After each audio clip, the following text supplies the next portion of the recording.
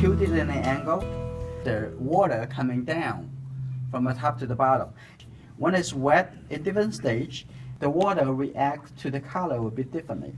So let's see, I'm gonna have this color, for example, and let's make it a little bit purplish, like this. And maybe add a little yellow to it, so to try to make it look close to neutral colors. Okay, if I take this color and I put it here, for example, just here, the color bleed into the water really quickly. Because the water coming down in this angle, I already wait a little bit. Now I'm going to put the color again. You see, the color bleed less than the color over here, because when it did this, it's a few seconds ago. So there was more water, and there's a little bit less water. So I'm going to wait a little bit and have a bit of color over here. I'm going to do it over here again. A little less water than that before. Now I'm going to also do a little experiment. If I just going to drop the water into the paper, what it's going to look like?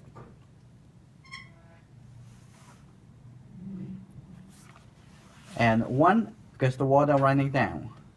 And if I push it back, and the water would push the color away from the area. Like this. And depends, this is the water keep going, stay in the same place and pushing out. It's going to have some kind of texture that you're seeing inside lighter and pushing out. And at this point, you can decide to, okay, that's good enough. I'm going to release the water from the space. And there will be less water and continue pushing out like this. And when the painting dries, you're going to see a different effect. So when we do this painting, the first thing we're going to do, wet the paper first. So what we're going to do now, we're going to wet this area, the area that we're going to paint.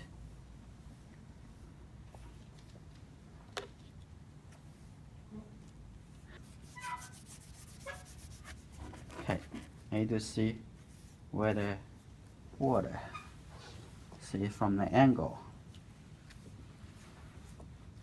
Okay, that's good. We're gonna starting from the trees in the really far distance. Okay, we're gonna make some neutral colors, maybe this color. Just be a little careful. You don't want it to have too much water if you don't want it bleed too fast. Now let's put this light colors. This painting may not be a good idea to could changing it multiple times, especially the thing in the distance. You put it in, and that's it. That is the color you have, and you're gonna stay there. Okay, let's starting over here is some distance right there, the tree. And the second thing, I'm gonna put in a little more color for the tree in the midground.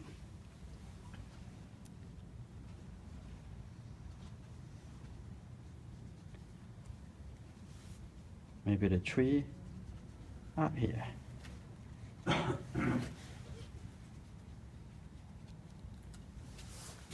make a little dry effect by using the side brush.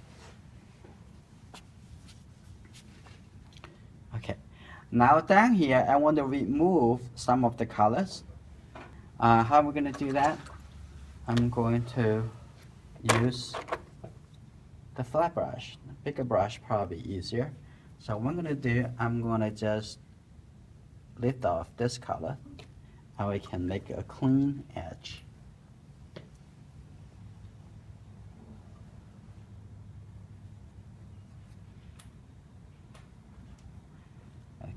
take off the color. I create a very nice, clean edge. Drive it to there. Okay, that's good. That's for now. And it start drying, so I'm gonna get ready to start working onto the darker area, where they have looks like a little bit more blue colors. Like this. Probably this is a good color. What I'm gonna do, I'm gonna start putting the darker colors right here.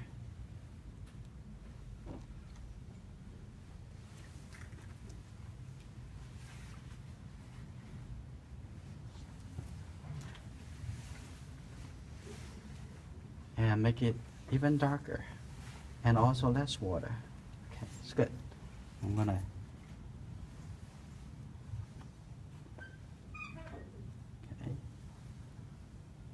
and also some trees. Add a little blue color in here. Here it's very, very dry already.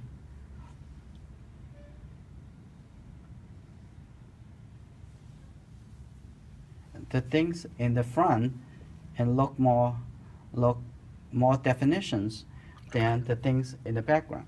What we're gonna do, I'm gonna get rid of some of the color that I don't want. I'm gonna create the little bit sharper edge.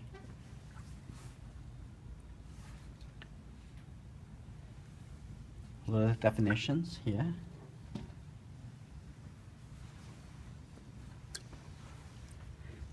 Keep in mind, the object in the far distance has less definitions. That means less details, less contrast. And the things at the foreground, closer to the viewer, you can see things a little bit clearer. So what I'm going to do now, I'm going to also soften the edge over here. The edge where I also painted this side of the house.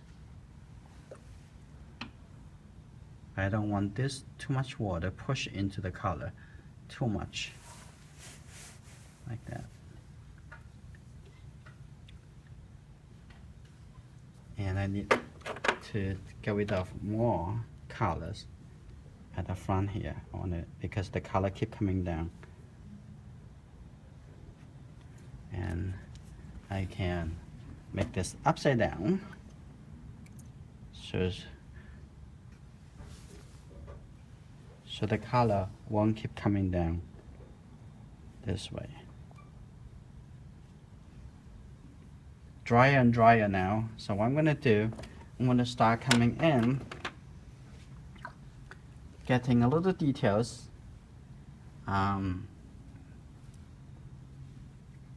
behind the house. I'm going to just add this too dark. Okay. A few trees.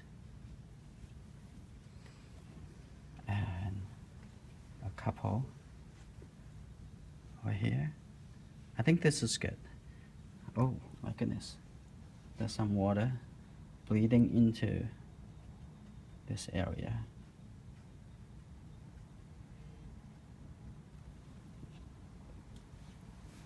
I want to take away those wetness. Okay, we're gonna come back to the house a little bit later. So what I'm going to do now, start making some track on the road.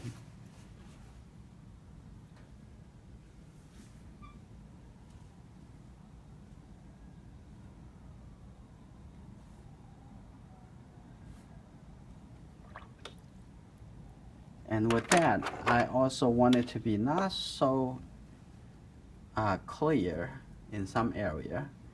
And I'm going to use just a big brush to brush through.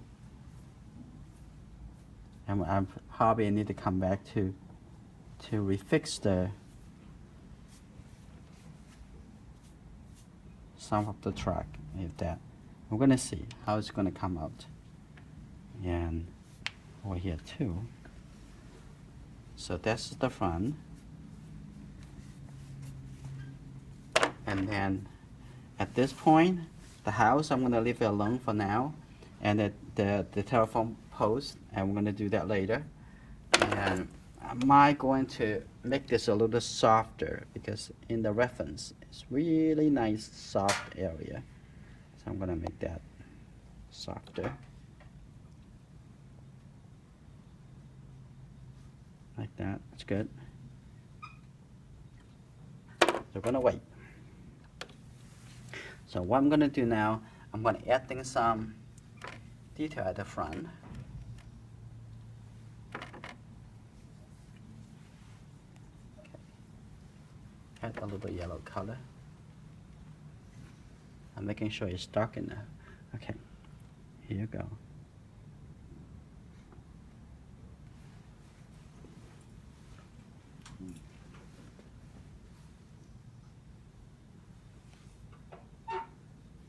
Because it's much closer to the viewer, so that's why we can see something a lot more clear. Okay.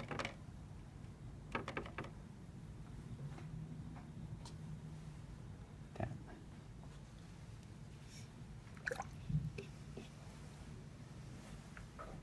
A little softer, like this.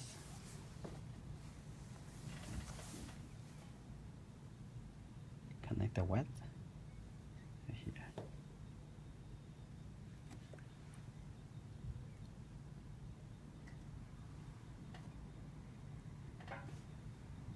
I'm gonna add a little bit smaller shape.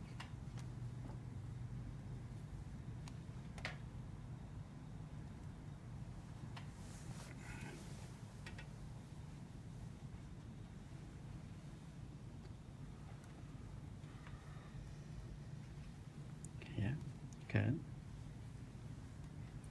And a couple watercolor line.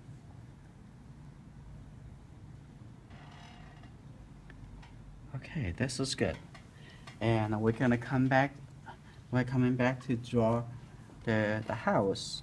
A little bit yellow colors, not much, not too dark. So I'm gonna just the tree on the house on this side.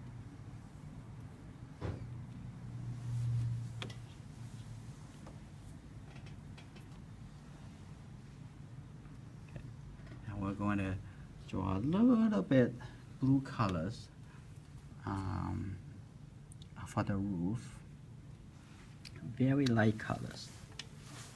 And this color doesn't need to be touched together. That's it. A little kind of looks like a house. And make the people think it's a house.